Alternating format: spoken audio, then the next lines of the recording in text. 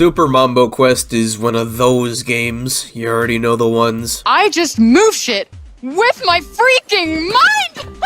The kind made by out-of-touch millennials that think laser cats are still the funniest thing ever. Giant laser cats! The best way to write anything is just to not try so damn hard. Take it from me, I can get held up sometimes when I'm thinking about what to write. But at the end of the day, you just have to be genuine and write from the heart. Whatever comes out will be fine so long as you have the knowledge to see it through. Conquer hundreds of dangerous areas with thousands of evil enemies and countless tough challenges. Never mind, I take it back. The first thing you're gonna notice about the game is that the controls are a little muted, but I feel like it works well in the context since the goal is to the goal is to defeat all of the enemies in the room, and you repeat this all throughout you do this through the whole game, and there's a few enemies that mix up the way it...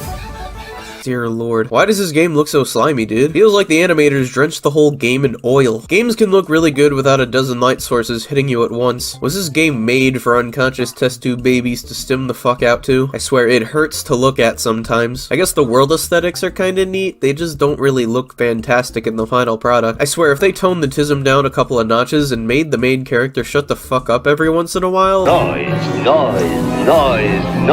then we would be getting somewhere. Not to mention the game is extremely short as well. I played through it 3 times, once on my own, once on stream, and once more to get gameplay footage. If that seems like a lot, it really isn't. You're able to mombo this combo in just a few hours. That isn't to say the game isn't longer when you go out of your way to full clear the rooms, but if you were to simply go after the bosses and do nothing else, it can be reasonably assumed that you can beat this game in under 2 hours. Having played this game 3 times, that $20 price tag isn't really convincing me. Thank goodness I'm playing this on an illegitimate copy, because if I actually played this, having spent the money on it, I think I would have gone on a 3-year rampage demanding that the devs let some blood. I'm starting to wonder where the rest of the content is. I initially thought the first 7 worlds you play was legitimately the first of 7 maps you would get to play. The characters keep mentioning the 7 worlds between all their net speak, but I didn't think that was actually the 7 worlds. That's more like the 7 counties, and I'm mad. I used to think Super Meat Boy Forever was lacking in content. I was dead wrong. The million bazillion levels in the game aren't well made, but at the very least in the most surface level way possible, it is content. The level design in this game is totally passable, but I need more. I can't 100% a $20 game in just a few hours. That's no bueno. That's it? That's Super Mombo Quest? That was just a bunch of cheap money Mombo betrayed us! It also doesn't help that the game pads out your playtime by having you chase after some context-sensitive ass power-ups that do one thing and one thing only. And it makes it nice.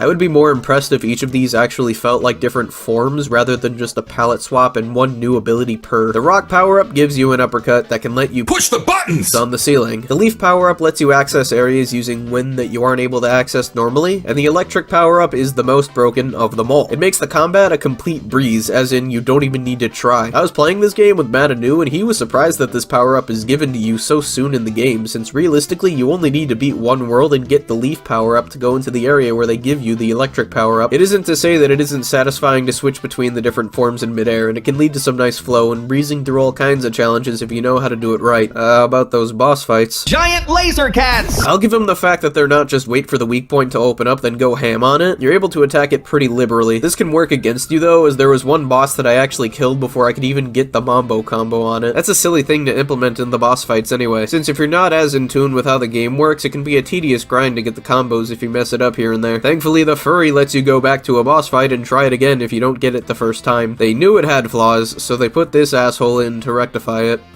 That's silly. All throughout the game, you collect crystals and the Mombo coins. You could use the Mombo coins to open the gates. If you realize you're playing a Metroidvania, you'll be quick to check every nook and cranny to find all the secrets and get so many of these 2 items that the game becomes trivial after a while and you're just waiting for it to end. That and being barred from getting certain coins and secrets because you don't have a power-up that can break blocks yet. I'm led to believe this is called backtracking. Placing it out in the open collectible behind a wall you can't get past, and it tickles your balls because you know exactly how to get it without formulaic the game is. Instead of a raw inclination to want to return to the past areas with new power-ups just to see what you can find with powers you didn't have before, the idea is given that you will be back. You have no choice. You will Mombo until you combo. Finally, after you Mombo all the combos and get all the power-ups, you're then immediately prompted to go to the final world. And I mean that literally. As soon as you get the final power-up, you're immediately coaxed into going into the endgame. It's then revealed that the villagers have been duping you this whole time. They're the ones that put up the blockages because they knew that you liked shiny things, and the only way that they thought you would agree to help them is because your character is 2 steps away from being a vegetable. How about this? The main character helps out the funny forest animals because he's the main character. Stop trying. Before you go though, you should want to take a look at your items because that's the kind of game this is. You buy items with the Mombo crystals you've been collecting, but the crystals respawn once you leave the room. You could just keep collecting them without end and get all the items you want without very much effort, not to mention that the items are really unbalanced. The objective best items you can get and run with are the Lucky Underpants, the Heartstone, and the Locket of Renewal. All of these are available right from the get-go, and you don't have to make progress in the game or anything like that to unlock them. Same with everything else you can buy. As long as you have the crystals, you can buy it, and they're not too hard to get. This game is way too easy. This is a baby game. You can't convince me otherwise. From there, you go into the final world. This is the part where I'm supposed to say that the final level is amazing and combines everything you know into one final challenge, but you could just fall through the cancer placed around the level to skip most of them with no effort at all. Especially if you run those items, you can get through all the bullshit with your eyes closed. Then the final boss. Needless to say, I was absolutely shaking in my booties when I got to this guy. He does the basic boss things, and he has a very predictable pattern to follow, meaning all you have to do is just jump on him constantly to get him to teleport and cancel out any attacks. I thought final bosses were meant to be hard, but I guess that's on me. After enough of that, the second phase begins, and it's just him turning into you. It would actually be a cool thing if he did all the moves that you do and take on a few of the forms that you do, but at the end of the day, he just runs around like a goof and he's no threat. Afterwards, it's revealed that he's actually one of Mombo's forms. Gasp! Stop trying to be subversive, you fools. Just give me my happy-go-lucky Bing Bing Wahoo game and move on with life. This could have been a great and simple game narratively. It's not that hard. Just don't execute it like horse piss and we'll all be fine. We then get the Uncanny Valley credits. Why do they look like that? Mombo combo?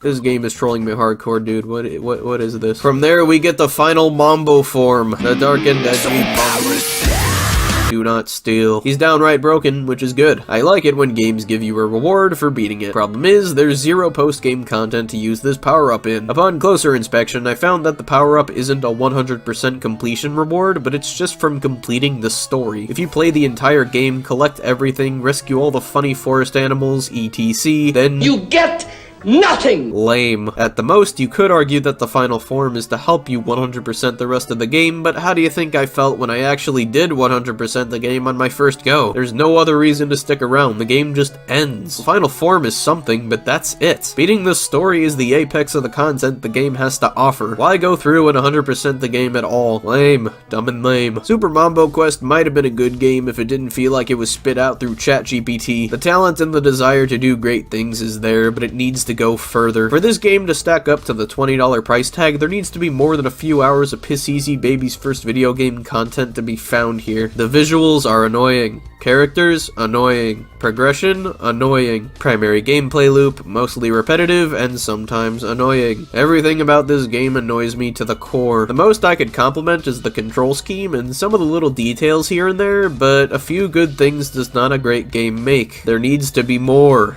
but there isn't. And I'm annoyed. Giant laser cats!